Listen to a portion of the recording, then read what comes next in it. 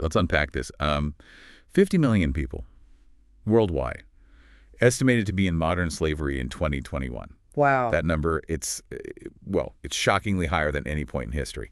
Now, take a second to contrast that image, maybe, shackles, Roman galleys, with the often unseen reality of today. Yeah, and what's fascinating here is that while our historical imagination might jump straight to those classic images of Roman slavery, the sheer scale of modern slavery is truly staggering. It really makes you wonder, beyond the obvious differences, what fundamental conditions allow such a horrific practice to not only persist, but, thrive in a world that largely condemns it. Exactly. So for this deep dive, we're tackling a 360-degree comparative analysis. We've sifted through historical accounts of Roman slavery and, well, a stack of reports from organizations like the ILO on modern slavery since the Industrial Revolution to try and understand just that. Right. And if we connect this to the bigger picture, our mission here is really to extract the crucial knowledge, the real insights, by putting these two distinct periods side by side. We want to understand not just the what, but the why, looking at the legal frameworks, the economic drivers, the lived experiences. It's about getting a richer understanding of exploitation, both past and present. Right. Let's start with something foundational, the law. In ancient Rome, slavery wasn't just legal, it was it was utterly fundamental to how their society operated, baked right into their legal system. That's a critical point. I mean, slaves under Roman law were considered pure property. They had no legal personhood, no inherent rights. As the sources tell us, they could be bought, sold, abused, even executed at their owner's whim. Think of the sheer lack of legal standing. It's hard for us to fully grasp today. It is. And the flip side of that coin is that while you could be formally freed, manumission was a thing, there were even laws like the Lex Aelia around it. Until that moment, you were legally an object. It's quite a contrast to the modern world, at least, like on paper. Oh, the contrast is stark. Modern slavery is formally illegal across the globe. It's attained what's called jus cogens status in international law, meaning basically no country can really argue that it's okay. We saw abolition movements take hold after the Industrial Revolution, leading to landmark laws like Britain's Slavery Abolition Act of 1833 and the U.S. 13th Amendment. It really marked a fundamental shift in legal thinking. And it's not just national laws, is it? International bodies have stepped in with conventions and standards criminalizing forced labor and trafficking. So legally, night and day, right? But the problem persists. Precisely. Yeah. Roman slavery was legally regulated, with slaves as objects under private law. Modern slavery, in contrast, is illegal, a violation of fundamental human rights norms, yet it persists in the shadows, illicitly. So, despite this fundamental legal difference, the sheer scale persists. What deeper societal or economic forces do you think allow this illegality to thrive where legality once defined the system? That's a great question. And it leads us right to the next layer, the economy. In the Roman Empire, it sounds like slavery wasn't just part of the economy. It underpinned it. It was the engine for so much of their wealth generation. Absolutely. Think about the massive agricultural estates, the latifundia. These sprawling farms producing grain and other staples were heavily reliant on unskilled enslaved labor. The sources mention slaves being counted right alongside livestock and farm tools. It really highlights their status as mere commodities within the economic system. And it wasn't just backbreaking farm work, was it? You also had skilled slaves in the cities. Exactly. Artisans, craftsmen, even teachers and physicians could be enslaved. Elite Roman life, their comfort, their ability to generate wealth, was deeply intertwined with enslaved labor, from those working the fields to those running their households. Slavery was a fundamental engine of the Roman economy, producing everything from staple crops to luxury goods. Now, how does that compare to today? We don't see legally sanctioned slave markets driving GDPs, do we? No, not legally, but the insidious reality is that forced labor still plays a significant, albeit illegal, role in the modern economy. We see it across agriculture. Manufacturing those garment factories are a prime example: construction, domestic work, and the horrific sex industries. It makes you wonder about the true cost of some of the goods we consume. And it's not small scale, is it? The numbers are staggering. The ILO estimates that 86% of forced labor occurs in the private, non-state economy. Think about those garment factories in Asia, the construction for major events like the World Cup in Qatar, or the vast global sex trafficking rings. These hidden markets generate an estimated $150 billion or more in illegal profits every year. $150 billion. Yeah. That's an astronomical figure. It makes you wonder where that money is flowing and who is truly benefiting. That is astronomical. So while Rome's slavery was out in the open, part of the legal framework, modern slavery operates in these clandestine, illegal spaces, undercutting legitimate businesses by exploiting people and paying next to nothing or nothing at all. It's like a hidden tax on the vulnerable. That's the key economic difference, I think. Roman slavery was integrated into a legal, albeit brutal, economic system. Modern slavery thrives in the illegal shadows, distorting markets and creating immense illicit wealth. The illegality adds a whole new layer of complexity to tackling it. Okay, let's delve into how people ended up enslaved in both periods. It's not like they were filling out applications, right? What were the primary routes into slavery? Certainly not. If we look at the means of enslavement, some echoes exist across time, but the dominant mechanisms have definitely shifted. Warfare was a massive driver of Roman slavery. Entire populations conquered in places like Gaul or North Africa were just turned into slaves. It was a direct consequence of imperial expansion. Makes sense. Winner takes all, including the people. Precisely. Piracy and coastal raids were also significant sources, with groups like the Barbary pirates snatching people and selling them into slavery. And of course, there were open slave markets where individuals from across the empire were bought and sold. You can almost picture those auctions from, paintings we've seen. It was a very visible trade. Yeah, that painting of the Roman slave market really brings it to life, people being inspected like livestock. Grim. And then Yeah. you had the reality of hereditary slavery, too. Exactly. If your mother was a slave, you were born a slave, a cycle of servitude from birth. There was also the concept of contractual slavery, though it was eventually limited, where people might sell themselves into servitude to escape dire poverty. Right. Now, let's compare that to the modern era. While warfare and conflict still play a role, we see examples in groups like Boko Haram. The dynamics feel different. It feels less like a direct result of formal conquest, and more about the chaos and displacement of conflict, making people incredibly vulnerable to exploitation. So instead of open slave markets, we have these shadowy human trafficking networks operating globally, like the UNODC reports highlight. Much more clandestine. Correct. And while hereditary slavery is legally prohibited today, the tragic reality is that poverty can still lead to de facto slavery, with families selling or abandoning children. Forced child marriage also creates situations akin to hereditary servitude, trapping individuals in a cycle they didn't choose. And what about debt? That sounds like a recurring vulnerability across time. Oh, absolutely. While formal debt bondage, nexum, was abolished in Rome, it's a very common modern method. Laborers, particularly in agriculture and brick kilns in South Asia, are trapped working off often fraudulent debts that can never really be repaid. Fake contracts are also used to lure migrant workers into exploitative situations. So the vulnerability is still there. Exactly. So while the legal framework has changed dramatically, the underlying desperation that leads to exploitation persists, just in different forms. The shift is really from state-sanctioned systems to illicit criminal enterprises preying on vulnerability. Let's talk about who these enslaved people were, the demographics. In Rome, it sounds like a pretty diverse group. Indeed. Roman slaves came from a wide range of ethnicities, often war captives from places like Gaul, Greece, North Africa. You had adult males for the grueling physical labor, and women were often used for domestic and sexual work. Even relatively modest Roman households could own a few slaves, and it really cut across ages and genders. It wasn't necessarily tied to one specific group of people in the way some later forms of slavery became racialized. That's an important point. While ethnicity played a role in terms of who was likely to be conquered, the institution itself wasn't primarily based on race in the way transatlantic slavery later developed.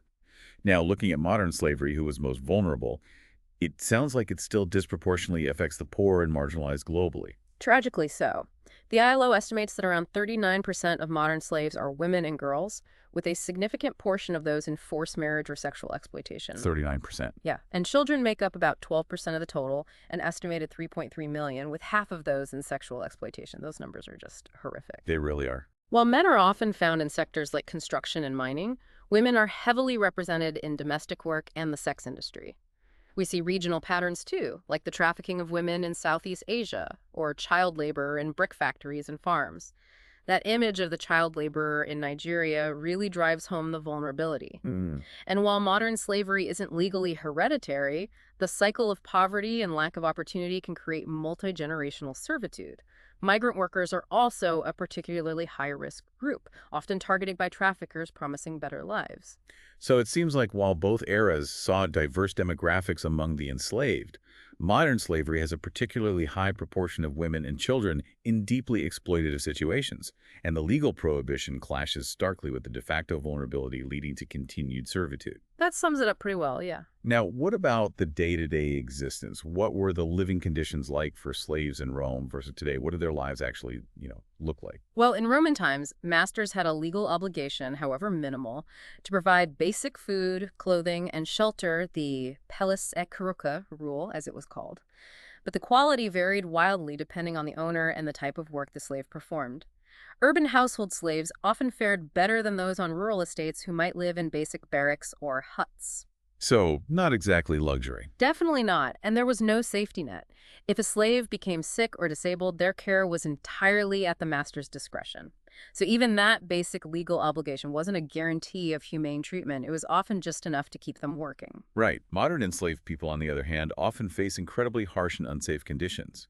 We hear about dormitories, shacks, or on-site camps with virtually no amenities, long working hours, 12 hours or more, poor food, and no access to medical care seem common. Women in sex slavery may be crammed into overcrowded brothels. It sounds utterly dehumanizing. It is. And unlike the Roman system, where a master might have some incentive to keep a valuable slave alive and working, modern slaveholders often see their victims as entirely expendable. Because there's this constant supply created by vulnerability and trafficking, they rarely take any responsibility for their health or well-being. Just disposable. Pretty much. And the work itself, it sounds brutal in both eras. Absolutely. Romans expected relentless labor, whether it was the dangerous conditions in mines, the grueling work in quarries, or rowing ships. Brutal punishment, like beatings and branding, was common for any perceived misbehavior. And sadly, the workload for modern slaves is often just as, if not more, grueling. Dangerous agricultural work with modern machinery, unsafe factories with long hours and few breaks, domestic servants with no rest, and again, a complete lack of health care exacerbates injuries and disease. So while conditions vary in both periods, the consistent theme is exploitation and vulnerability. But the modern era, despite universal labor laws, often sees extreme neglect and abuse, with victims seen as disposable commodities. Exactly. That lack of basic responsibility is a key difference in practice, even if Roman standards were low. Moving on to social status and the possibility of changing that status. In Rome, it sounds like slaves were at the very bottom of the social ladder. Undeniably, they had virtually no legal or social rights. No legal marriage, no voting, no ability to testify in court. While some skilled or trusted slaves might gain certain privileges, their fundamental social standing remained at the lowest level. But, and this is a significant difference, there was that possibility of manumission, of being freed. Ah, right. Manumission. So there's a way out. There was a legal, institutionalized way out. Manumission was actually quite common in Rome. Freed slaves, or freed men, gained a form of partial citizenship, though with some limitations. Over time, they and their descendants could even experience significant social mobility. You have examples like Emperor Pertinax, whose father was a freedman. Millions of freed persons lived in Rome and Italy. So there was a legal pathway, however gradual, to a different social standing. What about today? Tragically, that legal pathway just doesn't exist within the context of modern slavery. Because it's illegal, enslaved people have no recognized social status or civil rights. The only way to change their status is through escape or rescue. So escape or rescue are the only options. Essentially, yes. While historically, after formal emancipation in places like the Americas, some former slaves gained rights and property, many were still relegated to low-wage work and faced significant discrimination. Today, the idea of freedom by purchase is generally non-existent for modern slaves, except perhaps in very informal debt bondage situations where debt might be forgiven, though that's rare. Instead, their social identity is often deliberately erased, especially for vulnerable groups like stateless migrants. So the possibility of legal freedom and integration that existed for Roman slaves through manumission simply has no parallel in the illicit world of modern slavery. Not at all. It really underscores the complete lack of agency afforded to modern slaves within the system they're trapped in. That really highlights the fundamental injustice. No legal way out once trapped. Let's talk about how people resisted and what happened when they did. In Rome, it sounds like resistance was met with extreme brutality. Oh, absolutely. Both individual acts of resistance, like running away, and large-scale revolts, like the famous Servile Wars led by Spartacus in 71 BC, definitely occurred. But these were almost always violently suppressed. Fugitive slave hunting was an accepted practice, even policy, and the punishments for rebellion or escape were horrific flogging, crucifixion, being thrown to wild animals. Roman law even allowed masters to execute slaves summarily. Disobedience in any form could lead to brutal beatings and torture. The power dynamic was absolute, and resistance was incredibly dangerous. Sounds terrifying. What about today? How do people resist modern slavery? It's hard to imagine the courage it would take. Modern enslaved people do resist, certainly. Often it's by escaping to seek help from law enforcement or just hiding, sometimes forming underground networks to support each other and relying on NGOs for assistance. There have even been instances of entire communities rising up against forced labor, like the protests in Burma back in 2007. However, the punishments inflicted by traffickers can be just as severe, if not more so, involving violence, threats against families, and the manipulation of debt to re-enslave them. So even though it's illegal. Right. While modern law prohibits slavery and theoretically offers legal recourse, traffickers often retaliate violently against those who try to escape, operating completely outside the bounds of the law. Unlike Rome, where returning a fugitive slave was upholding the law, today, ideally, law enforcement should be aiding those who escape. But the risks for the enslaved remain immense, and the power imbalance is still stark. So while the legal framework around punishment differs dramatically, the reality of severe reprisal for resistance is a grim similarity. Sadly, yes. The methods are different, but the danger is very real. Let's look at the geographic spread of slavery in both periods. For Rome, it sounds very Mediterranean-centric, right? Yes, largely. Slavery was widespread throughout the Roman world, with high concentrations in Italy, Greece, and Asia Minor, particularly on those large agricultural estates. Major urban centers like Rome and Alexandria housed tens of thousands of household slaves. Essentially, any territory under Roman control had slavery, with the supply of enslaved people largely coming from conquered frontier regions. So it was integral to the functioning of their empire across a specific, albeit large, geographic area. And how does that compare to the modern world? It sounds like a much wider net today. Oh, much wider.